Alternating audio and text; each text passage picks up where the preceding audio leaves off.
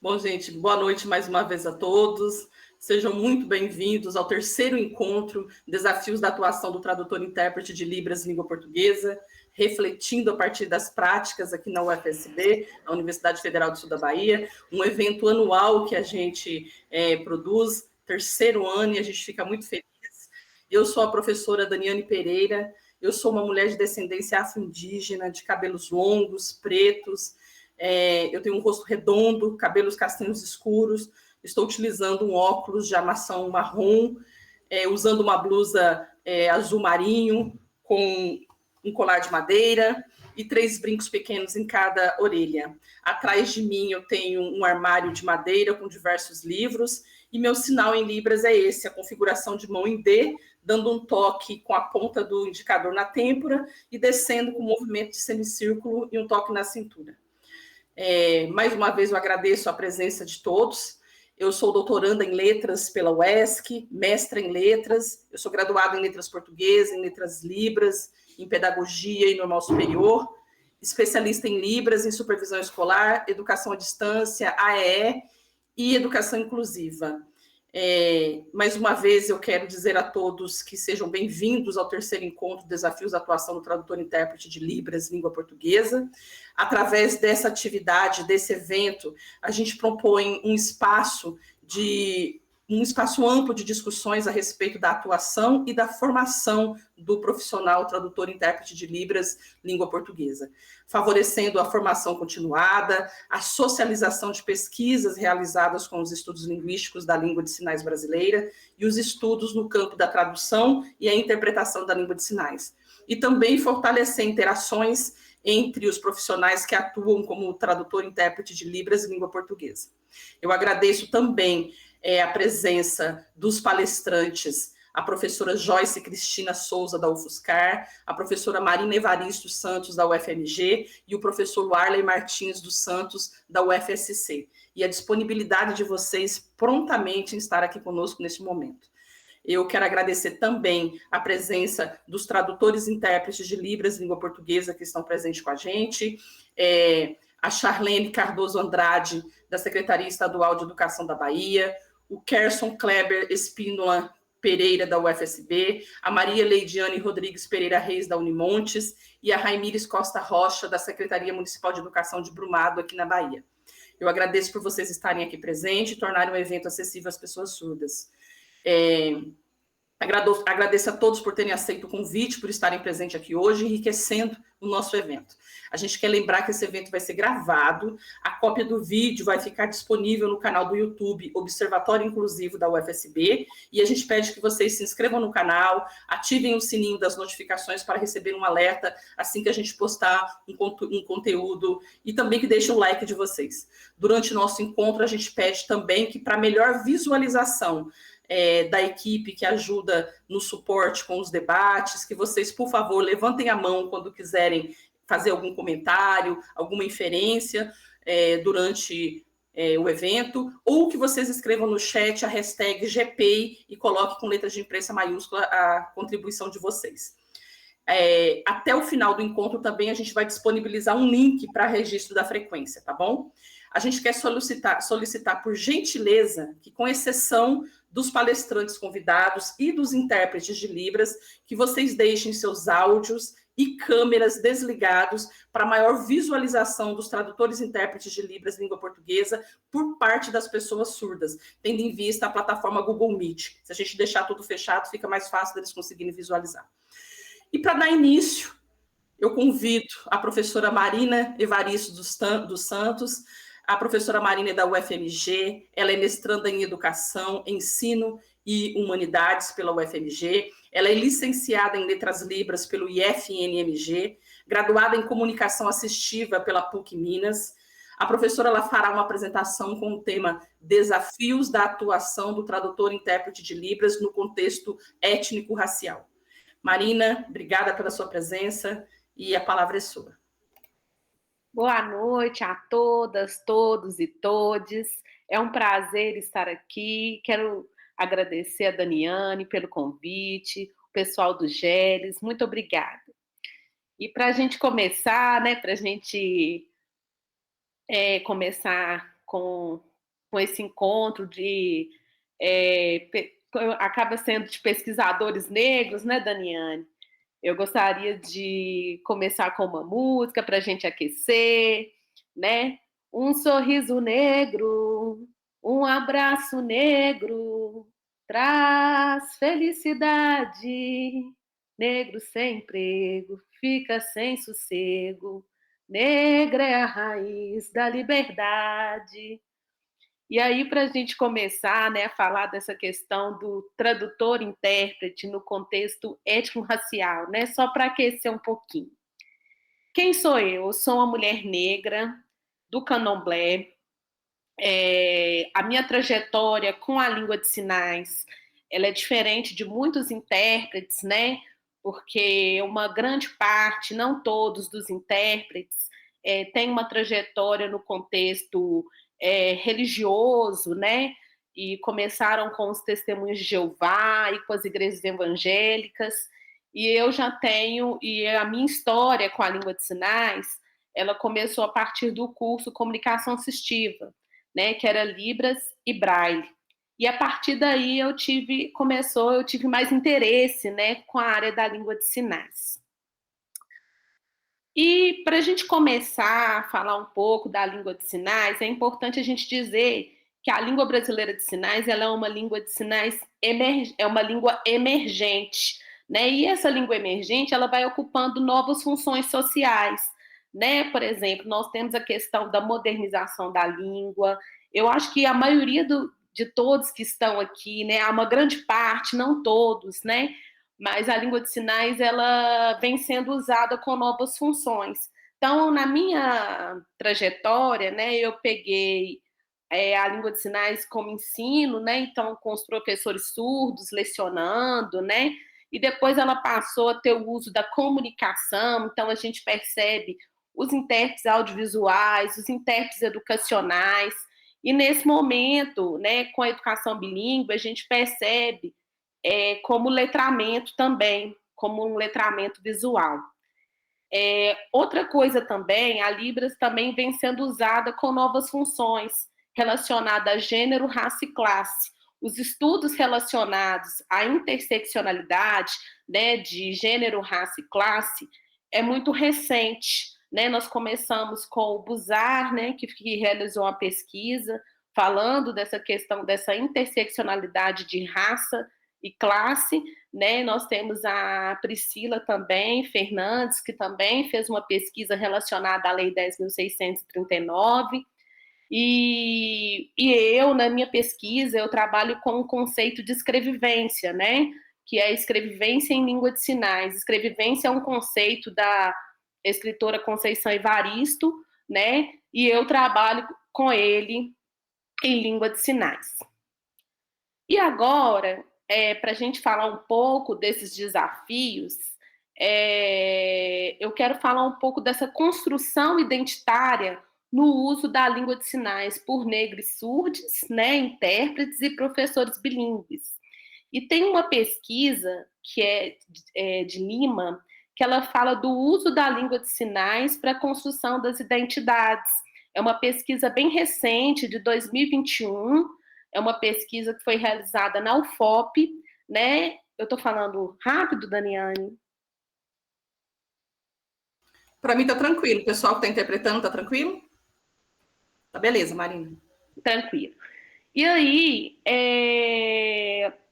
o que Lima diz que é pensar o impacto da língua a partir da construção identitária do negros surdos, né, e dos negros surdos, né, que aí a gente pensa de uma perspectiva mais inclusiva, né, LGBTQIAP+, né, e também nós podemos verificar alguns estudos em relação à língua, que, por exemplo, a partir do momento que os negros surdos, os intérpretes negros, os professores bilíngues negros sinalizam, eles demonstram uma questão política, identitária e, ao mesmo tempo, também de resistência.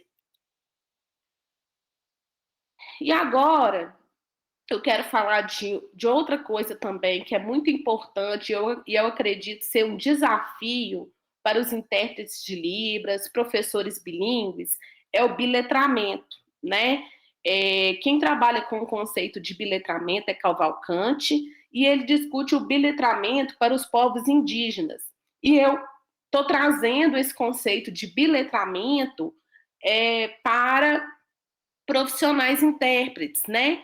Que é muito importante para quem atua com estudante surdo e principalmente com quem atua com o público negro surdo, né?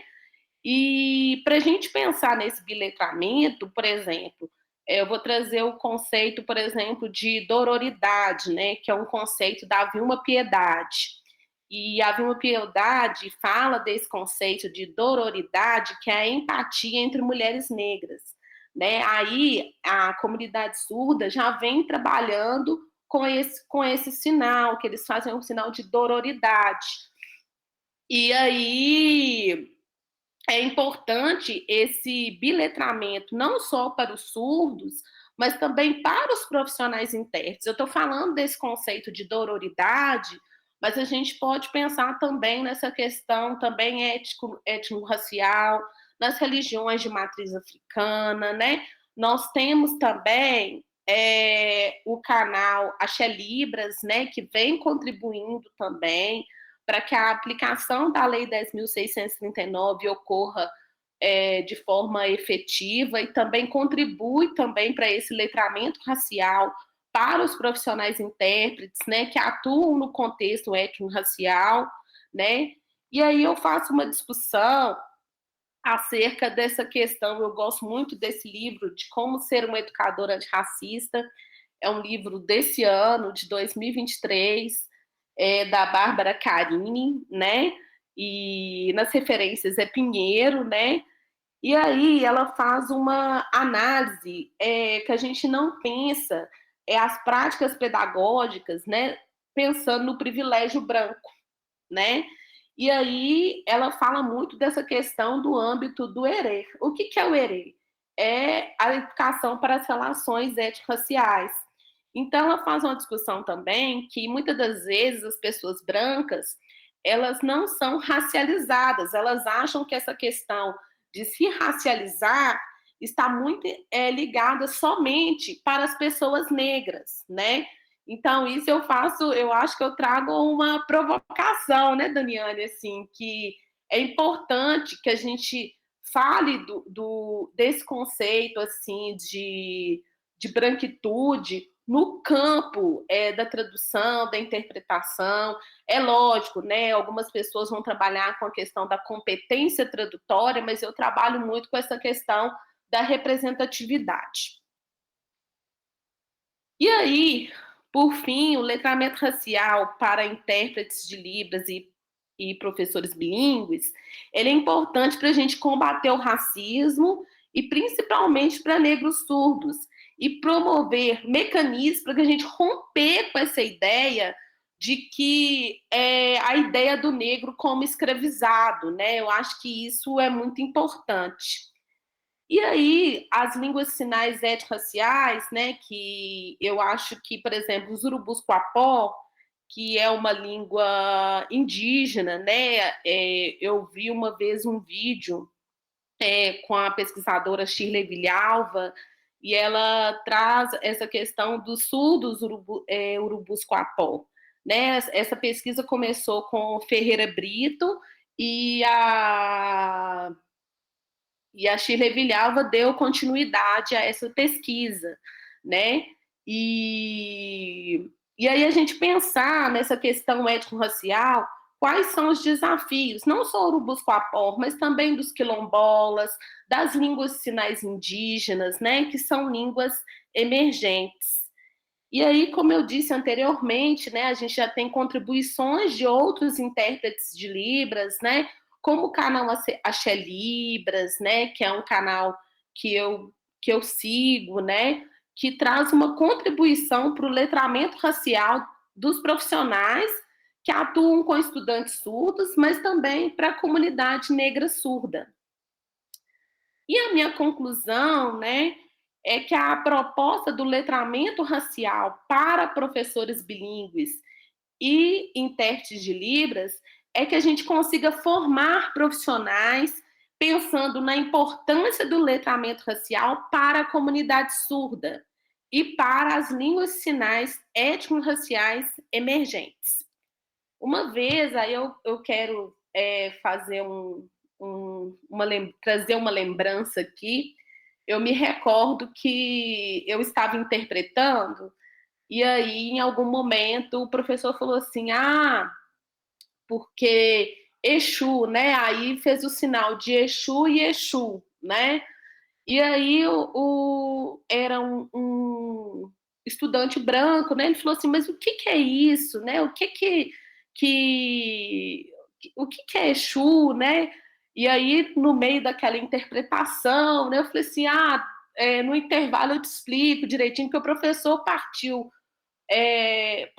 de que todos conheciam o que era aquele orixá, o que era aquela entidade.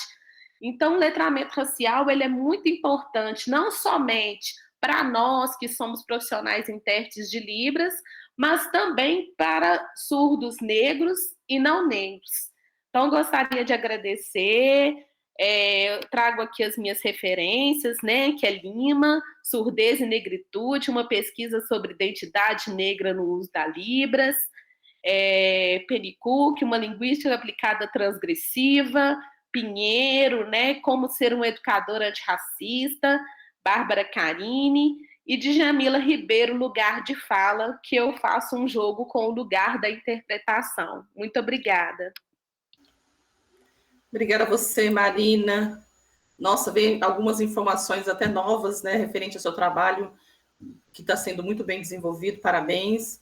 E para a gente continuar, eu vou convidar o professor mestre, o professor Weiler Martins dos Santos, da UFSC. O professor é doutorando em estudos da tradução na UFSC. Ele é mestre em estudos da tradução pela UFSC, especialista em Libras, Língua Brasileira de Sinais, pela FAMISUL, é graduado em Letras Libras pela UFSC, é professor na UFSC, e o professor Weiler falará sobre o tema Formação em Tradução Audiovisual para Tradutor e Intérprete de Libras, Língua Portuguesa. Professor Weiler, fica à vontade.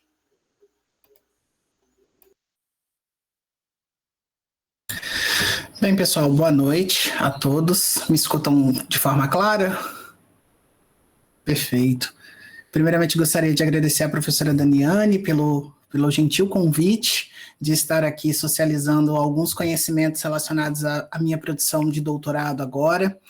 Um prazer muito grande estar aqui compartilhando com vocês essas informações e espero que possam despertar em vocês também esse ímpeto em pesquisar, esse ímpeto em produzir novos conteúdos, novos conhecimentos. Assim como a Marina comentou, a gente está precisando de mais profissionais relacionados à pesquisa, a gente está precisando de mais gente que produza pesquisa a partir de um olhar mais profissional do mercado de trabalho. Então, todos vocês são convidados a estarem aí com a gente nessa jornada. Como já foi apresentado, a minha fala ela é um recorte da minha tese de doutorado agora, é uma continuação da minha dissertação, e eu vou falar um pouquinho sobre a formação do intérprete no contexto audiovisual acessível do Brasil, trazendo alguns dos primeiros achados que eu tenho aqui na minha pesquisa. Então, os pontos que eu vou dialogar com vocês, o primeiro ponto é o mercado de trabalho e a tradução audiovisual acessível no Brasil, a formação de intérpretes para atuar nesse âmbito da tradução audiovisual acessível e a aproximação da academia com o mercado de trabalho, haja vista que a minha pesquisa é exatamente trazer para o mercado de trabalho as pesquisas relacionadas ao ensino de tradução. Então, como que o ensino de tradução pode se aproximar mais daquele mercado de trabalho que busca determinado perfil de intérprete que, por muitas das vezes, a academia não está ofertando. E, nesse sentido, eu vou dialogar com vocês aí um pouco sobre isso. Então, mercado de trabalho para a tradução audiovisual e para a tradução audiovisual acessível no Brasil, como que ele está. Vocês podem observar que eu trouxe para vocês uma série de legislações, não vou entrar no mérito da discussão de cada uma dessas legislações, vocês podem ter acesso a todas elas, estão disponíveis na internet, mas vocês podem observar que nós estamos numa situação hoje no Brasil de que nós temos uma farta legislação que prega a questão da acessibilidade comunicacional das pessoas surdas a produtos audiovisuais, produtos midiáticos produzidos em âmbito estadual, em âmbito federal, em âmbito municipal, de todas as televisões que a gente tem aí, as emissoras. Só que nós não temos ainda uma fiscalização. Por exemplo, citando apenas uma única questão. O artigo 18 da Lei 10.098, que é uma lei de 2000, ou seja, uma lei que tem 23 anos, ele fala que os serviços de radiodifusão de sons e imagem, ou seja, a televisão, as emissoras de televisão, devem implementar equipamentos de acessibilidade em todas as transmissões. E passados 23 anos, nós não temos ainda uma televisão 100% acessível no quesito informações também traduzidas em língua de sinais. Até hoje, nós estamos nessa questão aí, pela falta de fiscalização, pela falta de N fatores aí, que a gente não precisa nem entrar em detalhes. Mas cada uma dessas legislações vai trazer para a gente um panorama diferente da inserção do intérprete dentro de equipamentos audiovisuais, de mídias diferentes, redes sociais hoje, que estão muito em alta. Então, a gente tem uma farta legislação que prevê a presença do intérprete em equipamentos audiovisuais. E equipamentos produções de vídeo das mais diversas formas, sejam esses vídeos para redes sociais, sejam vídeos para veiculação via televisão, emissoras, streaming, etc. E aí surge uma área dentro dos estudos da tradução que a gente chama de tradução audiovisual. O que é a tradução audiovisual? É uma área emergente dentro dessa grande área chamada de estudos da tradução, que teve os seus primeiros estudos mais ou menos aí na década de 60 e 70, aqui no Brasil, 60 e 70, mas ela surge a partir do advento do cinema. Ali no finalzinho do século XIX, começo do século XX, a gente tem já as primeiras práticas de tradução audiovisual com a tradução dos filmes mudos, onde a gente tinha aqueles intertítulos entre os filmes mudos, que era para dar a noção do público do que estava sendo falado naquele filme, haja vista que ainda a gente não tinha o som acompanhando o cinema. Então, por causa da invenção do cinema, a tradução audiovisual ela também passou a existir de maneira mercadológica para oferecer acesso às pessoas a essas mídias que estão sendo produzidas em outras línguas, né? Só que o que a gente consegue observar é que a tradução audiovisual ela ficou um tanto quanto dispersa em diversos outros campos de conhecimento. Então, a gente tem tradução audiovisual sendo estudado dentro do campo do cinema, mais precisamente com a dublagem, com a questão da formação do dublador. A gente tem tradução audiovisual sendo estudado no curso de letras, com a formação do legendador. A gente tem dentro dos cursos que levam em consideração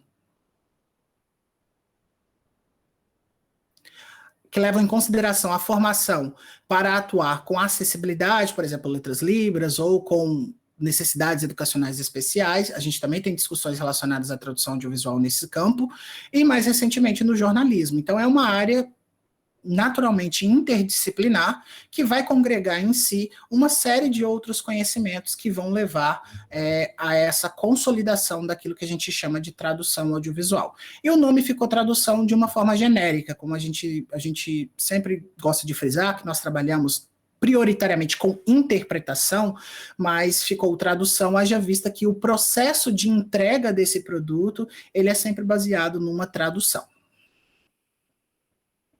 Adiante, então, a gente começa a observar, a partir dos anos 2000, com base em todas aquelas legislações, que começa a se ter um olhar voltado para a tradução audiovisual que leva em consideração os elementos de acessibilidade.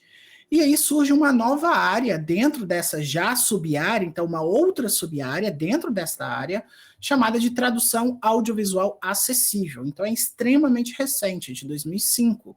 E o texto fundacional dessa área, a gente considera o texto do professor Dias Cintas, de 2005, que é o texto que fala da tradução audiovisual hoje, uma questão de acessibilidade para todos.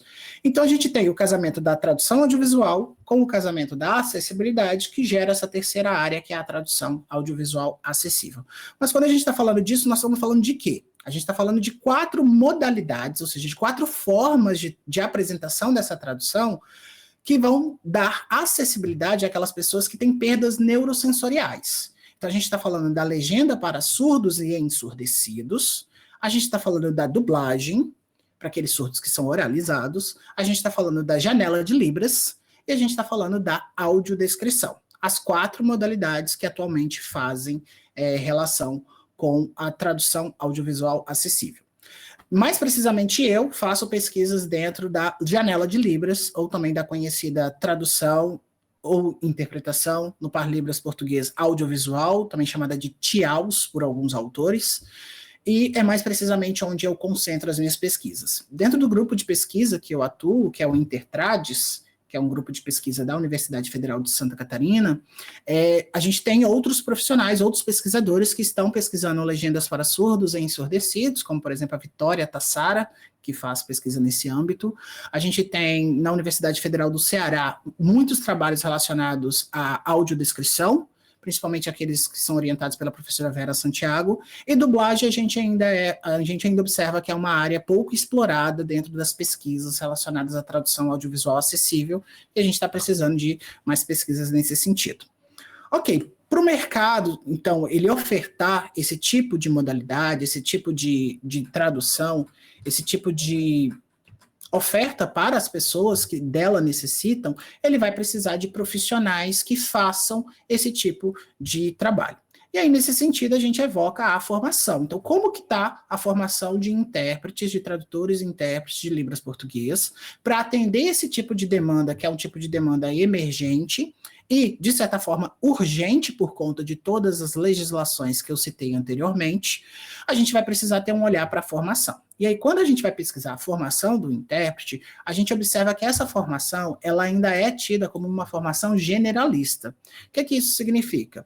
Todos os cursos em nível superior que enfocam a formação de tradutores e intérpretes levam em consideração múltiplos contextos de atuação, das quais a gente destaca prioritariamente 3 contextos, que é o contexto educacional, que atualmente no Brasil ainda é o contexto que mais absorve profissionais da tradução e da interpretação, como a gente vê na publicação da professora Neiva de Aquino Albres, e ela traz os dados relacionados a esse tipo de contratação.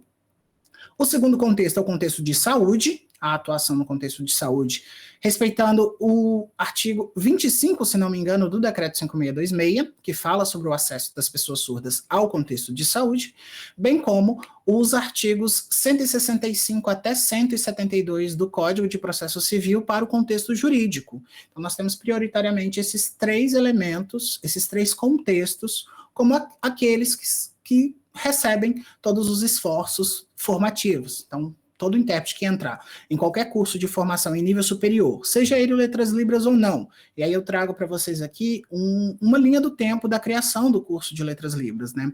Ele é criado ainda em 2008, na sua modalidade de educação à distância, na Universidade Federal de Santa Catarina. Em 2012 é ofertada a possibilidade desse curso ser presencial. Em 2013 a gente tem a UFRJ, fazendo esse curso também. Em 2014, a UFG abre o Letras Libras, depois a UFES também abre nesse mesmo ano, e a Universidade Federal de Roraima também abre nesse mesmo ano. Em 2015, a gente tem a UFSCar, abrindo o curso de bacharelado em tradução, e aí a nomenclatura ela fica diferente, mas o foco da formação é o mesmo, é a formação em nível superior em tradução e interpretação no Par Libras português.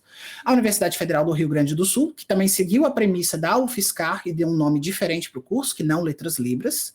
E o mais recente deles, que é a Universidade Federal da Grande Dourados, que também abriu o curso de bacharelado em Letras Libras. Só que quando a gente vai observar a grade de formação desses cursos, e aí eu espero que todos vocês estejam sentados, porque a gente não tem nenhum curso desses que enfoque os seus esforços relacionados exclusivamente para a tradução audiovisual.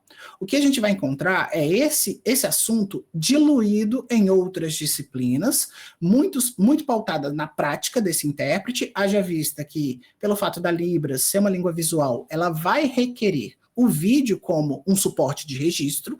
Então, a tradução audiovisual ela vai ser trabalhada em outras disciplinas de maneira mais diluída, mas apenas na UFSC, no currículo de 2012, no curso de bacharelado, a gente tem uma disciplina optativa que exclusivamente trata sobre tradução audiovisual, ensinando aos alunos, então, ofertando para os alunos conhecimentos relacionados à produção dessas modalidades de tradução audiovisual. Então, o único curso que enfoca essas questões em formato de uma única disciplina, exclusivamente dedicada a isso, é o Letras Libras da Universidade Federal de Santa Catarina, e uma disciplina que é ainda optativa, ou seja, ela não contempla todos os alunos, apenas aqueles alunos que se interessam em fazê-la, que vão ter esse diferencial da formação. E aí, sem contar que os egressos de todos esses cursos, como cada um desses cursos tem uma pegada diferente, leva o aluno a um determinado contexto diferente, ou então enfocam o desenvolvimento dos conhecimentos, a aquisição desses novos conhecimentos em um contexto em específico, a gente tem diversos perfis de intérpretes sendo formados no Brasil. Inclusive, a minha pesquisa inicial de doutorado seria exatamente para saber qual é o perfil dos egressos, né? Então, esses alunos que estão saindo dessas universidades, eles saem com que tipo de perfil?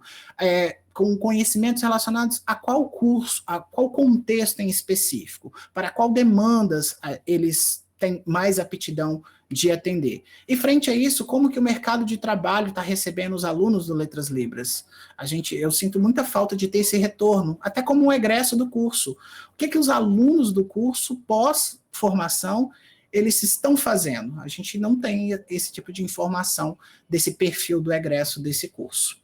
Então, a formação, como eu já disse, ela é uma formação generalista, e ela não leva em consideração as mudanças que acontecem no mercado de trabalho. Por quê? O mercado de trabalho, ele se adapta de maneira muito rápida. A gente tinha até então uma exigência... Pode falar, minha querida.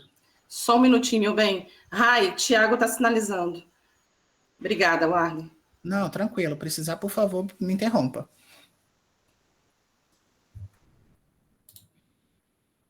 Deixa eu só achar a tela dele aqui, que eu não estou vendo, não. Agora eu vi, Tiago. O Tiago está interpretando, Rai. Ah, tá. Obrigada. Então, vamos lá, Tiago.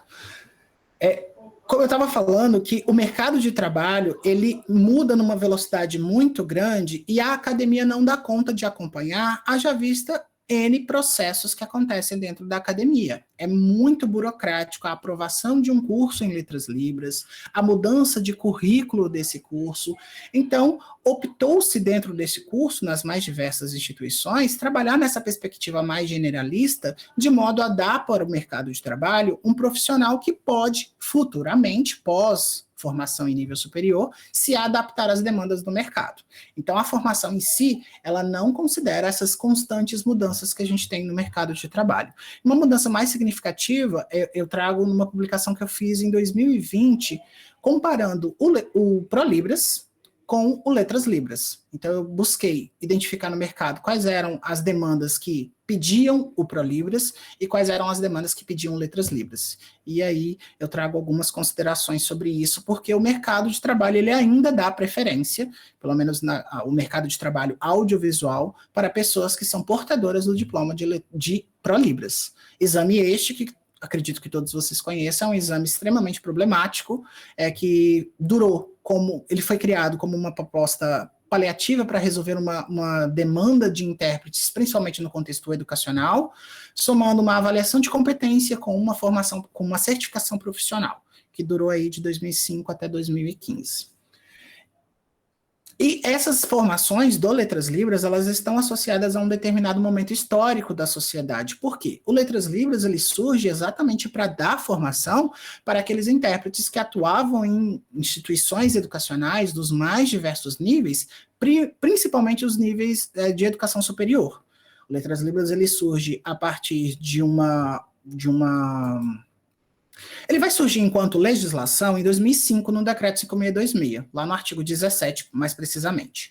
Mas enquanto curso, ele surge a partir de um processo, uma ação civil pública que foi movida no Ministério Público em prol dos intérpretes terem acesso à formação que estava preconizada no Decreto 5626. Então ele foi aberto para atender essa demanda que ela é situada historicamente, uma demanda de intérpretes educacionais que estavam atuando no contexto superior, mais precisamente na graduação e na pós-graduação, em nível de mestrado e doutorado, acompanhando os surdos que hoje nós temos como referências nas pesquisas, né? A professora Kari Strobe, o professor Rodrigo Rosso e outros que são contemporâneos a esses. E nesse sentido, a gente carece de pesquisas que enfocam exatamente essas outras iniciativas formativas. A gente não tem ainda uma instituição que vise a oferta de formação continuada, voltando os seus esforços para a tradução audiovisual. Então, ofertando para as pessoas conhecimentos, habilidades e atitudes no âmbito da tradução audiovisual. E, mais restritamente ainda, no âmbito da tradução audiovisual acessível. Então, uma possível estratégia para a gente alcançar esse objetivo, ela está sendo gestada ainda num projeto, que é o projeto da Academia Tradus, que é uma instituição que será posteriormente criada, que vai ofertar formações voltadas para contextos específicos de trabalho, ou seja, a proposta formativa é de transformar esse intérprete que, ora, é generalista, no intérprete especialista em um determinado contexto. Então, um tradutor-intérprete especializado em guia e interpretação, especializado em tradução audiovisual, especializado em interpretação educacional. Então, esse é o projeto que a gente vem desenvolvendo, e o projeto piloto para aplicação desse curso é o que eu estou desenvolvendo na minha pesquisa de doutorado, trazendo uma proposta formativa nesses moldes para ofertar para o pessoal. E aí, caminhando aí para o meu encerramento, eu proponho, então, essa aproximação da academia, com tudo aquilo que é proposto pela academia, ao mercado de trabalho, me valendo dos conceitos teóricos que estão sendo pesquisados atualmente na academia. E esses conceitos são os estudos de competência. Hoje a gente tem muitos esforços voltados para os estudos de competência por entender que a competência é esse conhecimento especializado que diferencia um tradutor, um intérprete de um falante bilíngue. Então essas pesquisas elas estão muito pautadas nas publicações realizadas pelo grupo PACT na Espanha, que é chefiado pela professora Amparo Hurtado Albi, e ela vai definir, então, a competência como esse conjunto de conhecimentos, habilidades e atitudes que o intérprete necessita para além dos conhecimentos linguísticos. A gente ainda tem muitos intérpretes no nosso meio, profissionais com anos de experiência, que acreditam que apenas o conhecimento de Libras vai fazer com que eles atinjam essa competência, quando, na verdade, uma série de conhecimentos que não necessariamente estão ligados à língua são necessários para a gente fazer tradução e interpretação nos mais diversos contextos que a gente atua. Então, na tradução audiovisual, por exemplo, a gente vai precisar trabalhar com esses profissionais, conhecimentos, habilidades e atitudes relacionados ao produto audiovisual. Então, como que o intérprete ele vai realizar o seu produto, vai fazer a sua tradução a partir de equipamentos tecnológicos, e isso vai gerar para ele a necessidade de ter conhecimentos, habilidades e atitudes dentro do âmbito instrumental, que é uma competência ainda pouquíssimo trabalhada dentro dos cursos de bacharelado. Eu lembro da pesquisa do professor Marcos Luque, que traz detalhadamente todas as competências trabalhadas em todos os Letras Libras, nesses 9 cursos que eu citei, e a gente observa que a carga horária ainda para conhecimentos relacionados à parte instrumental, ela ainda é muito incipiente. Então, trazendo para o Brasil essa perspectiva da didática da tradução, do ensino pedagógico pensado para ensinar tradução, eu venho desenvolvendo essa pesquisa relacionando ao mercado de trabalho, aquilo que o mercado de trabalho precisa. Então eu vou perguntar para os profissionais que atuam já com o âmbito audiovisual, quais são os conhecimentos, habilidades e atitudes que vocês têm, que a gente precisa formar em outros intérpretes para atuar dentro desse contexto. Então eu trago do mercado essa necessidade, trabalho com essas pessoas a partir dessa perspectiva da didática da tradução, essas competências, e aí eu entrego para o mercado de trabalho exatamente aquele profissional que ele está precisando. Então a pesquisa está em andamento ainda. A minha previsão de de defesa é 2024, julho de 24, se eu ainda estiver respirando, né, Daniane? Minha colega doutoranda, se eu ainda estiver respirando, eu entrego em 2024. E aí, como considerações finais, gente, vocês estão rindo, mas é triste. A gente observa que o mercado para tradução audiovisual no Brasil ele está aquecido. Então, hoje em dia, nós temos uma demanda gigante, gritante, de profissionais para atuar no âmbito audiovisual, por conta de todas aquelas legislações que eu já citei para vocês no começo da minha fala. E a academia, ou então as instituições formativas, elas ainda carecem de uma formação mais vocacionada, de uma formação que traga para o intérprete mais essa pegada do mercado de trabalho. Eu preciso de um intérprete que tenha esse e esse conhecimento. A academia ainda não consegue acompanhar essas demandas de mercado de trabalho por questões burocráticas e outras questões educacionais. E o espaço de experimentação, a professora Daniela está comentando, se bem como é, exatamente. Minha filha. Produzir conhecimento no Brasil, gente, é uma tarefa árdua, né? Nossas madrugadas são sempre muito produtivas.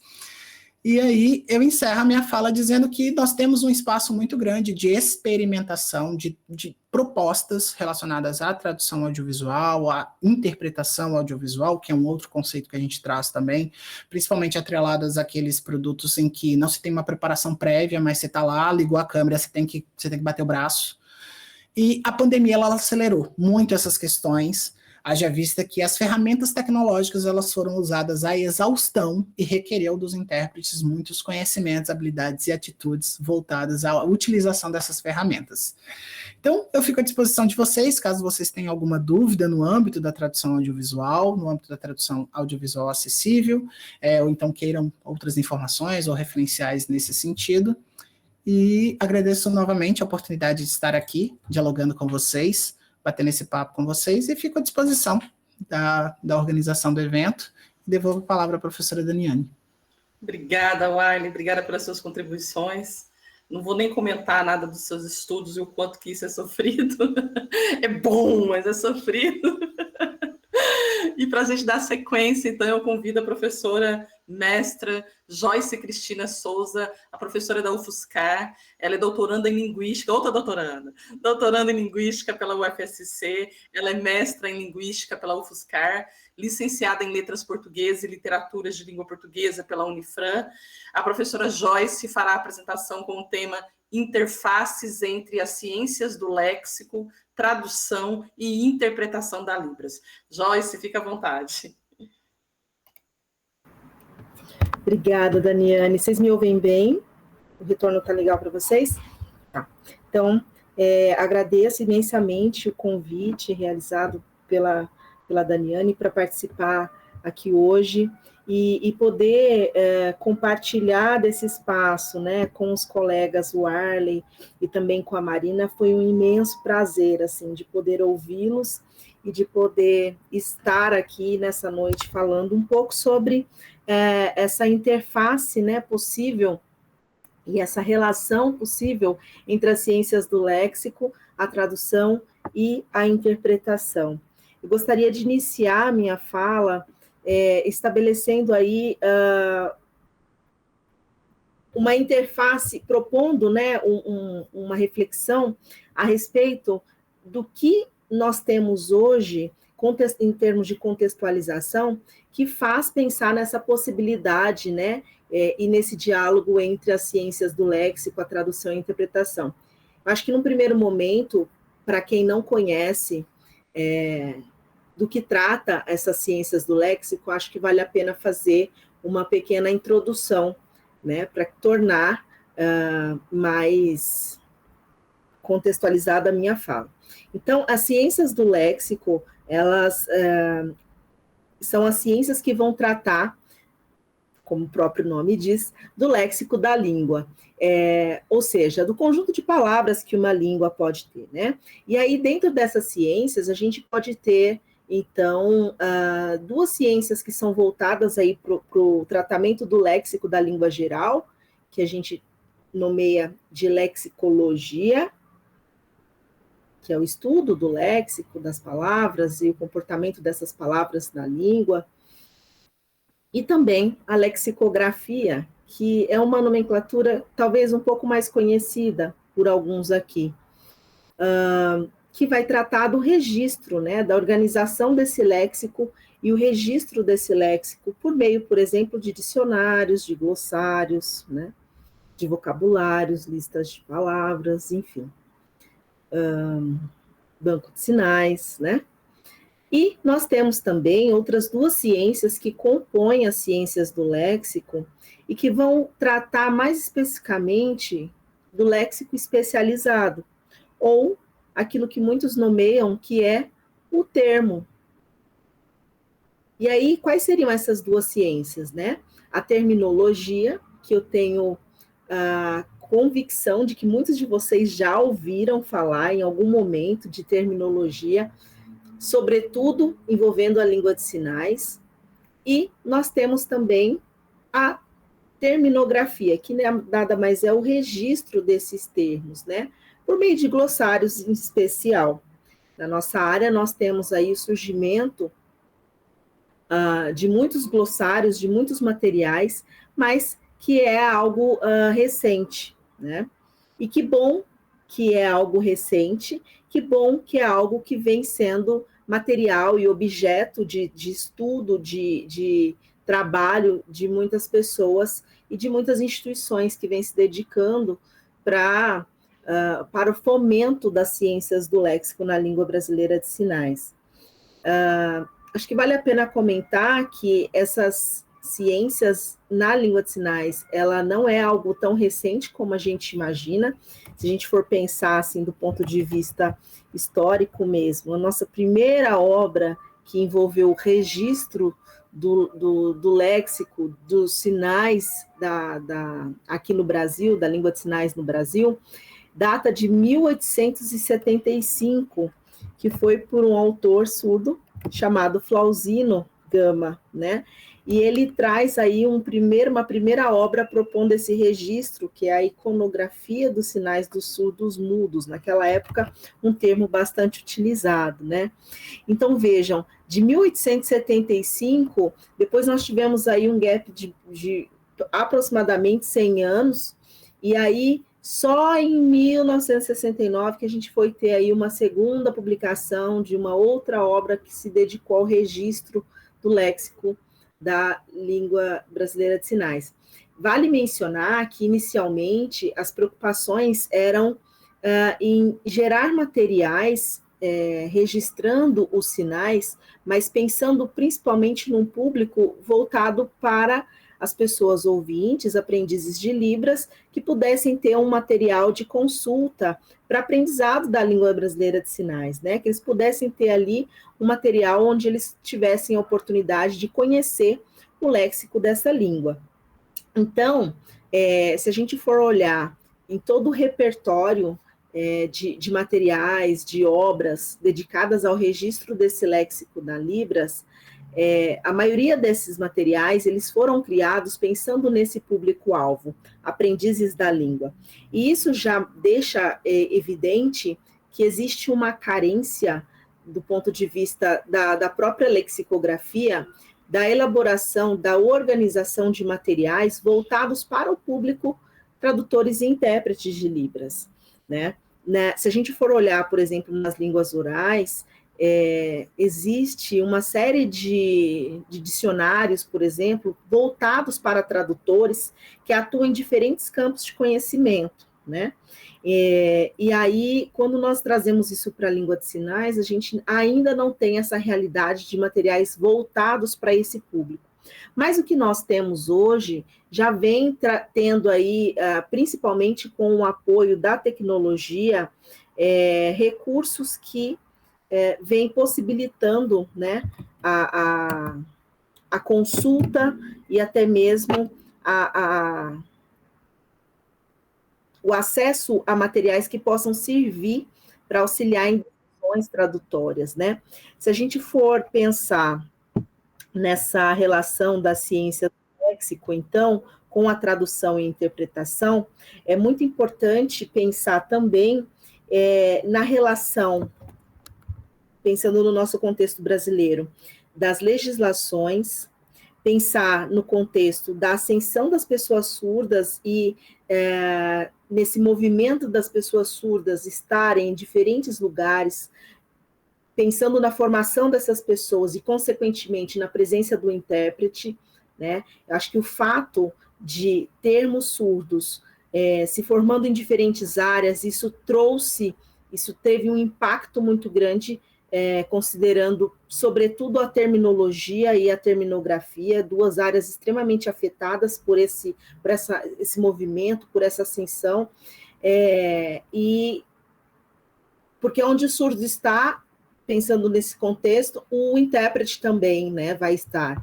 E aí começam a surgir demandas ali de ordem linguística, de ordem terminológica, e com isso algumas lacunas vão servindo aí de material, de subsídio para que algumas pessoas que se dedicam a esse campo de conhecimento possam trabalhar em cima dessas terminologias e tudo mais. E um outro fator muito importante que vale a pena ser mencionado tem a ver com o curso, né, de formação do Letras Libras, que apareceu na fala dos dois colegas, mas o Arley ele explicitou um pouco mais sobre a composição deste curso e o ano de início, trouxe uma contextualização importante, mas pensando na questão do Letras Libras, que ao meu olhar, teve um impacto bastante grande, sobretudo na terminologia e na terminografia da língua brasileira de sinais, porque por meio do Letras Libras, por exemplo, é que a gente teve, em 2006, né, a primeira turma, a abertura da primeira turma EAD, onde tinha polos distribuídos em todo o Brasil, né, nós tínhamos aí vários polos, e essa demanda do curso do Letras Libras, de licenciatura, foi gerando uma demanda de produção, né, e da tradução de materiais acadêmicos para Libras, considerando o alunado surdo. E aí, mediante essa necessidade de traduzir textos para serem consumidos nessa formação, começaram a emergir, então, uma série de termos e conceitos que eram importantes para aquelas áreas que estavam sendo estudadas, né? Considerando aí, em especial, a área de letras e também a área de linguística.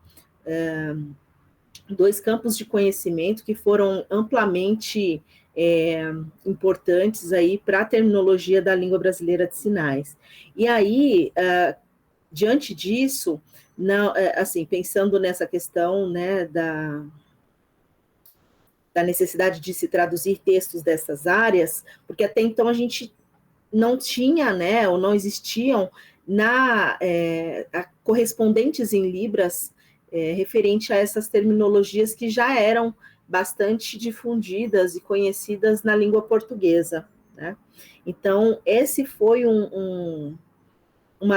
uma demanda que proporcionou aí com que estudos fossem realizados, e não somente no âmbito da teoria, mas também da prática da terminologia.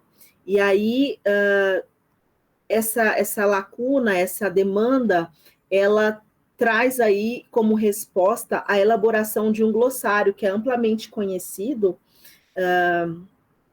pelos profissionais da área, por tradutores e também pela comunidade surda acadêmica, e que acho que deve ser também um material com uma ampla repercussão na comunidade de um modo geral, incluindo, inclusive, escolas e as outras... A educação básica e profissionais que não necessariamente estão ali no ensino superior, né? Que é o glossário do Letras Libras, uma obra que, posso dizer de antemão, foi um marco, né? Porque esse glossário ele foi desenvolvido primeiramente por uma equipe, né, de tradutores, de pesquisadores, e que teve aí como objetivo organizar um material que reunisse, então, todo o vocabulário especializado dessas duas áreas, letras e linguística, né? E aí reunindo tradutores e pesquisadores que tivessem aí esse momento pensando nessa organização desses termos. E aí, assim como a maioria dos glossários e de materiais técnicos, né, esse produto ele foi organizado e foi trazido aí como um produto gerado por esse processo de tradução, né, e que pudesse ser disponibilizado para tradutores. Então, se a gente for pensar em termos historicamente, esse foi um dos primeiros materiais que a gente pode dizer assim, que foi pensado nesse âmbito e para essa finalidade, para tradutores, feito por tradutores e para suprir uma demanda de tradução, né? Nós temos também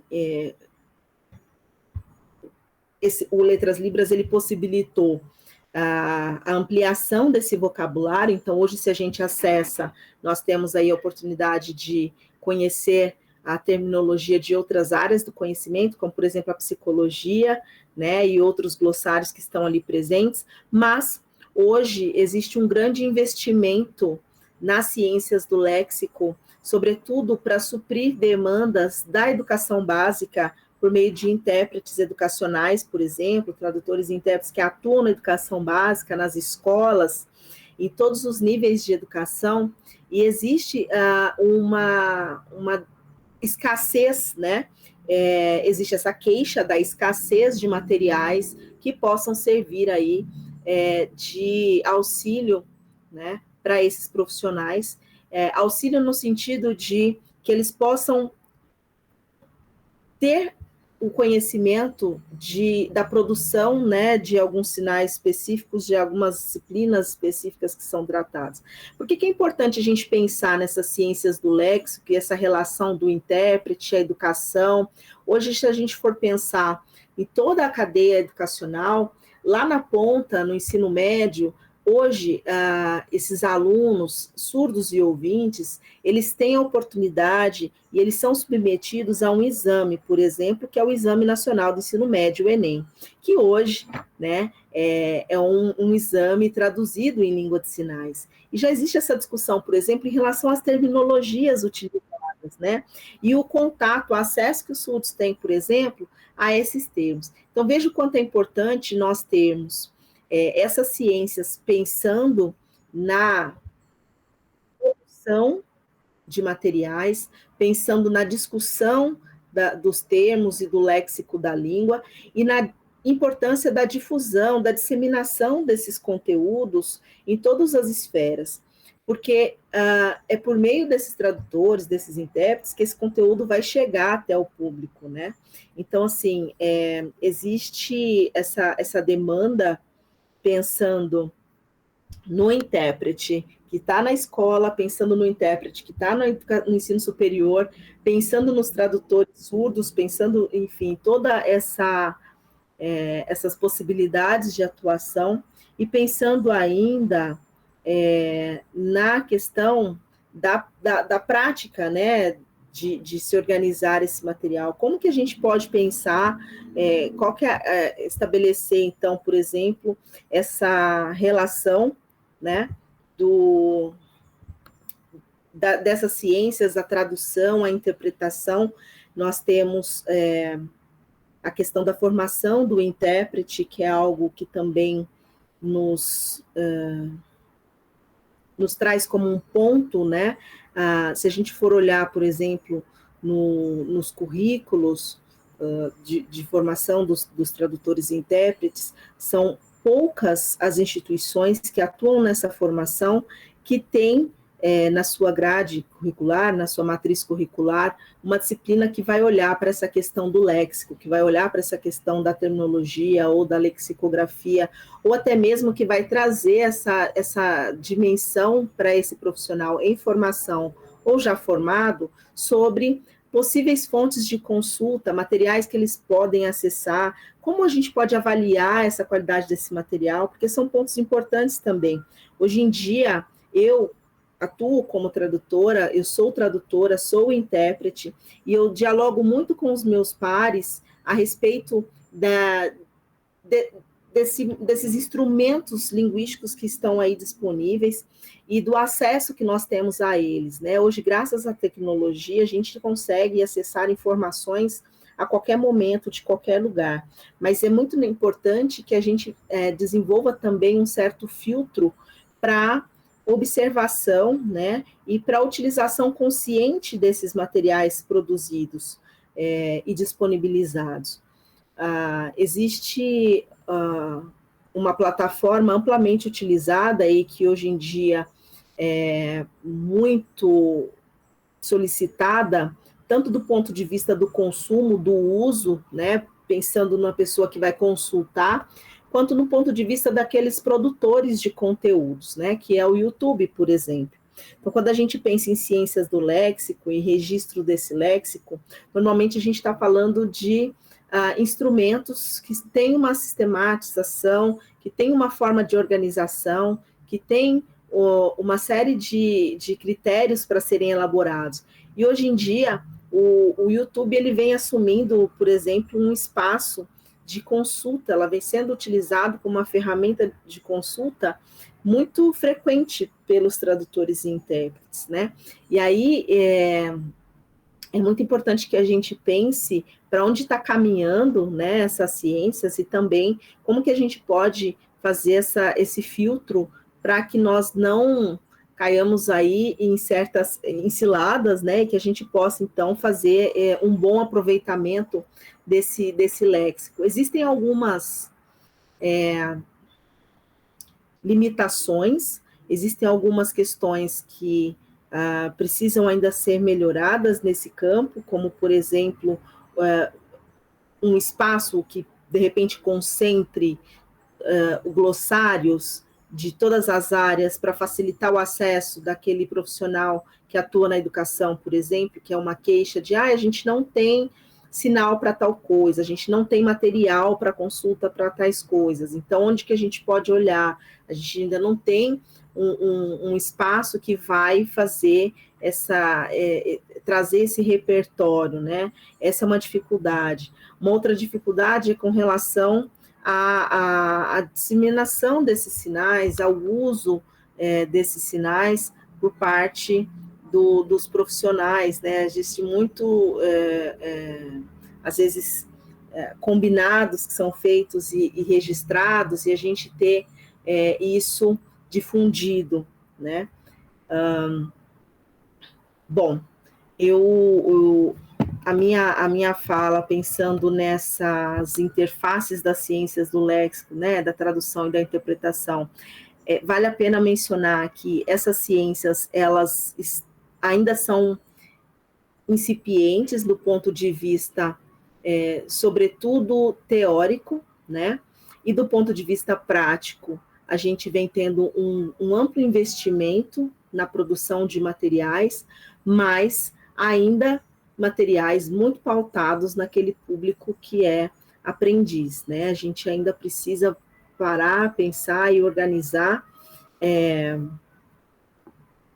essas ciências pensando em outros públicos, como, por exemplo, os tradutores e os intérpretes. Então,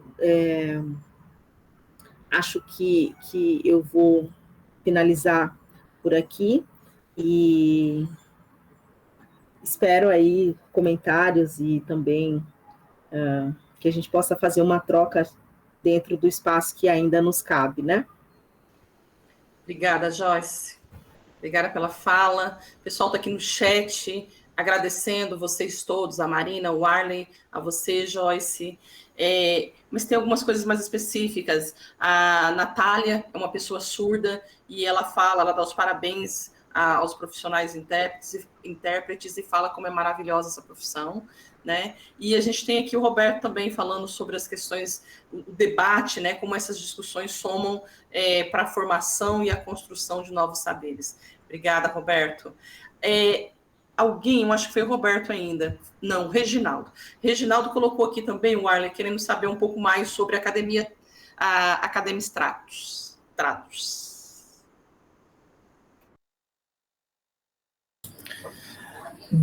Eu respondo agora para ele? Ah, tá. A Academia Trados, Reginaldo, Reginaldo, a Academia Trados é um projeto, ainda está enquanto projeto, porque vai ser uma instituição, uma faculdade, que vai ser criada a partir do resultado das minhas pesquisas, tanto em mestrado quanto em doutorado, que vai enfocar a formação do tradutor e do intérprete no Par Libras português e em outras línguas também. A gente vai ter inglês, espanhol, alemão, se não me engano, e uma língua asiática que a gente ainda está vendo qual, para ofertar essa formação vocacionada a partir de pós-graduações. Então, pós-graduação em interpretação educacional, audiovisual, que é produto da minha tese, interpretação médica, interpretação jurídica, e por aí vai. É uma instituição que está sendo gestada ainda dentro do âmbito dos estudos da tradução, e futuramente vocês vão ter mais informações sobre ela.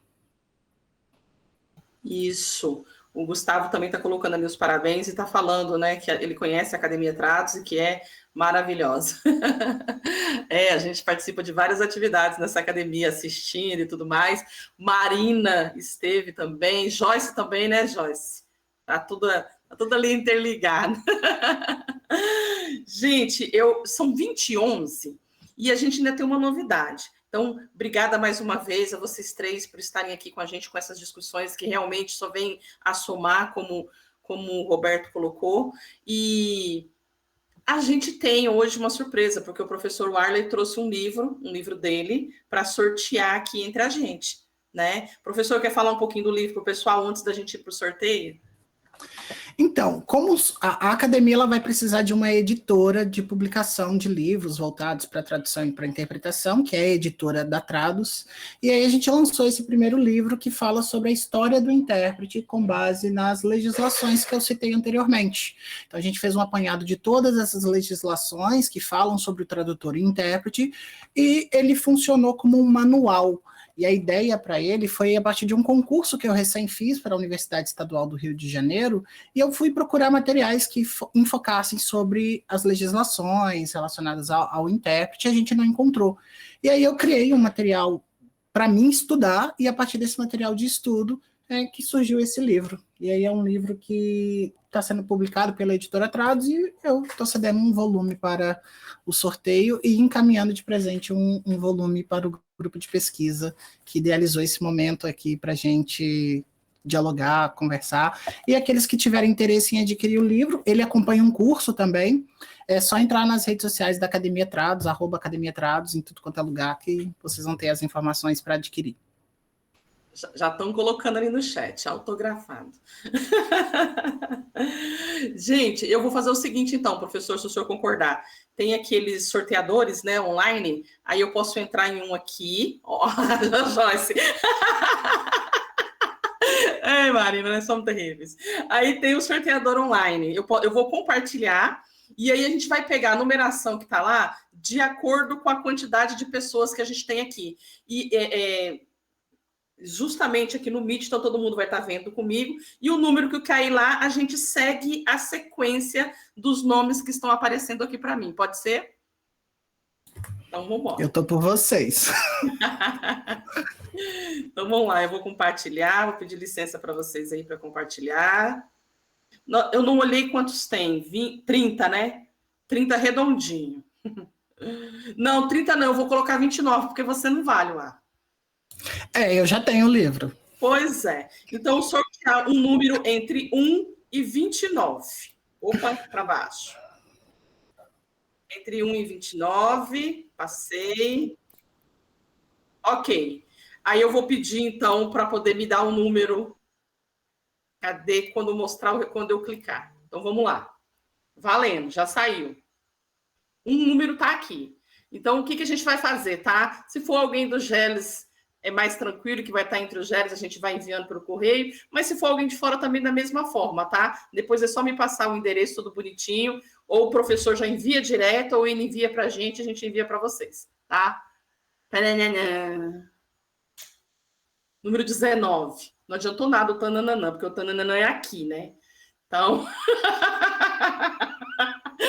Vou contar comigo, que eu não sou tola. Então, 1, 2, 3, 4, 5, 6, 7 com a Gabriela, 8, 9, 10, 11, 12, 13, 14 com a Leidiane, mas vai valer como 13, porque tem 2 Leide ali. 14 com Marina, 15, 16, 17, 18, 19, o professor Elton. Professor Elton, foi ele. Deixa eu parar de compartilhar. Cadê? Professor Elton, eu esqueci o sinal dele. Desde ontem nós estamos querendo o sinal dele que eu esqueci. Professor Elton é um professor surdo que nos acompanha aqui no GELES. Na maioria das nossas atividades, a gente tem ele por aqui. Pergunta se ele quer falar alguma coisa, por favor, Leite. Eu não estou nem vendo ele aqui. Eu vou fechar meu chat um pouquinho. Aí, já estou vendo ele aqui. Marta, vou passar a palavra para você. Só um minutinho. A Miri já está querendo a doação do livro. Gente, como eu falei, a Academia Trades é um projeto futuro, então as coisas que a gente está produzindo é exatamente para ter condições de criar esse projeto. Aí, ó. Acho que o professor Elton não quer falar nada, não. Mas a gente tem um zap dele ali, tudo certinho. A gente vai pegar o endereço dele para poder passar o livro. Gente, é isso. Eu queria agradecer mais uma vez a presença de todos, agradecer a presença da professora Joyce, da professora Marina, do professor Warley. Eu falo que esses momentos eles são riquíssimos para a gente poder trocar conhecimento, né? Esse foi um momento diferenciado que a gente viveu aqui, um espaço para a gente poder discutir a respeito da atuação, da formação do profissional intérprete de Libras em vários âmbitos, né? E que riqueza a pesquisa de vocês, né? A gente vê que Joyce vai mais para a área do léxico, o Arley está com essa questão da tradução e interpretação, Marina já voltada para os estudos acerca relacionada também com a questão surda, mas já para o lado mais étnico-racial. Nossa, incrível a pesquisa de vocês, parabéns. A gente sabe que não terminou, né? Tem muita coisa ainda para vir. Quem é doutorando vai terminar seu doutorado ainda, vai estar ali com muito estudo. Marina está terminando o mestrado, mas também não tem jeito, é sempre estudando. E acho que a nossa profissão também nos leva sempre a estar atrás de informações, sempre informação continuada, é isso mesmo. Eu queria mais uma vez agradecer a vocês, agradecer a todos os palestrantes dessa noite, pelas informações compartilhadas, pelas trocas de conhecimento, tá? Queria agradecer a todos que estão nos assistindo, pessoas que acompanham aqui o GELES já há um certo tempo, os próprios integrantes do GELES que estão aqui com a gente, muito obrigada. Professora Elton não comentou nada aqui ainda não. Joeli também colocou ali uma excelentes discussões, gratificante observar essa diversidade de temas. Isso mesmo, Jo, é isso. E aí está parabenizando a todos. Pessoal, então, mais uma vez, obrigada. Eu vou passar a palavra só para vocês se despedirem do pessoal mesmo. E a gente conta com vocês. Joyce já é companheira nossa, né? Marina é companheira de estudos, porque Marina fez parte da maioria dos componentes do GELES no curso de Letras Libras. Nós fomos colegas de Letras Libras. Mas Marina está resistente para vir para o GELES. Com esses estudos dela no mestrado, ela não conseguiu ainda deixar um espacinho para a gente. E o Arley, bem-vindo também ao GELES, viu que a gente faça parceria com outras atividades, tá? Muito obrigada. Eu vou passar a palavra para quem começou, tá? Então eu vou deixar para a Marina para se despedir do pessoal primeiro. Pessoal, boa noite. Gostaria de agradecer por essa troca de saberes hoje, foi muito bacana. Dani, não estou fugindo do GELES, estou chegando igual mineira, né? O bom é que agora a gente te laça. Estou chegando igual mineira, né? De pouquinho em pouquinho. Né? Quero agradecer também ao professor Warley pelos conhecimentos, também a professora, né? Gostaria de agradecer e foi muito bacana, viu? Aquele abraço. Professor Warley. De igual forma, eu gostaria de agradecer, primeiramente, a professora Daniane pelo honroso convite em estar aqui, as minhas colegas que eu tanto admiro, professora Joyce, que esteve comigo no Sotios também, Marina, que infelizmente não pôde participar, mas já está convidada para retornar, Marina, aos nossos colegas intérpretes que fizeram a acessibilidade aqui das nossas falas, por parabenizar também pelo trabalho brilhante, impecável que vocês fizeram, e fico à disposição de vocês. Em breve estarei na Bahia, no encontro da associação, na Abatios. Então a gente poderá trocar mais figurinhas nesse sentido. E encontro todos vocês por aí, nas redes sociais, nos projetos, na vida, nas lives. Desejo a vocês muito sucesso profissional e agradeço mais uma vez pela oportunidade tão gratificante, tão honrosa de estar aqui com vocês. A gente que agradece vocês todos. Joyce. Bom, então, para finalizar, eu reitero a fala dos meus colegas, da Marina, do Arley, gostaria de fazer o agradecimento aí novamente à Daniane pelo convite, é sempre muito bom estar com vocês, é sempre muito bacana ver o compromisso que vocês têm com a formação, com a difusão de conhecimentos, da ciência, de pesquisas, enfim, é muito importante que o GELES continue com essa missão muito, muito linda e muito comprometida com com os profissionais da área, né? E com a formação de tradutores e intérpretes também. Então, agradeço ao GELES, a Daniane, agradeço aos intérpretes que realizaram esse trabalho aqui hoje, incrível. Agradeço a todos que estiveram presentes neste encontro e que este encontro possa ter sido de formação, de informação e de trocas construtivas, né, na atuação de vocês. Também me coloco à disposição para qualquer esclarecimento, para dúvidas, para conversa também. A gente gosta sempre de conhecer pessoas, é sempre muito bom ter novos colegas aí de profissão e da área. E, bom, encontro vocês também aí nas nossas diferentes formas aí de comunicação, nas redes e nas lives e em outros trabalhos que a gente possa realizar aí no futuro. Bem? Muito obrigada, boa noite. A gente que agradece, Joyce, pode ter certeza que foi um momento muito rico, sim, troca, sim, muito rico nesse processo de conhecimento que se faz. Foi muito bom. Eu que agradeço a vocês todos, agradeço o pessoal que está aqui. Quero lembrar que o link da lista de presença está no chat, então eu peço a todos para assinarem, por favor.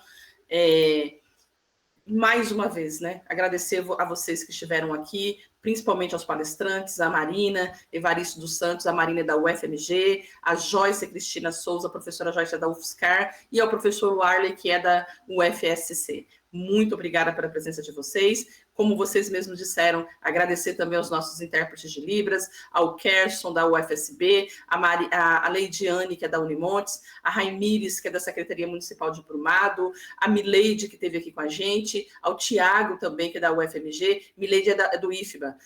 Agradecer a todos vocês pela presença e por tornarem nosso evento acessível à comunidade surda. Quero agradecer também aos monitores do evento, né? É muita gente trabalhando para que tudo ocorra e ocorra de forma tão bem organizada como vocês podem ver que, né, às vezes as pessoas pensam uma pessoa é outra. Não, é um grupo, né? E isso só funciona justamente por ser um grupo. Então, aos monitores também do evento, a Dilza, ao João, ao Leandro, a Luzinete, a Marta, ao Robson, muito obrigada. Obrigada também aos integrantes do GELES, gratidão a todos, tá? E até a próxima atividade que a gente fará. A gente tem encontro do GELES na sexta-feira. Não para, gente. Temos o encontro do GELES na sexta. Para setembro, a gente vir com o seminário de educação inclusiva. E em outubro, o seminário de educação bilíngue. Gente, muito obrigada. Um ótimo final de semana, que hoje já é a terça, né?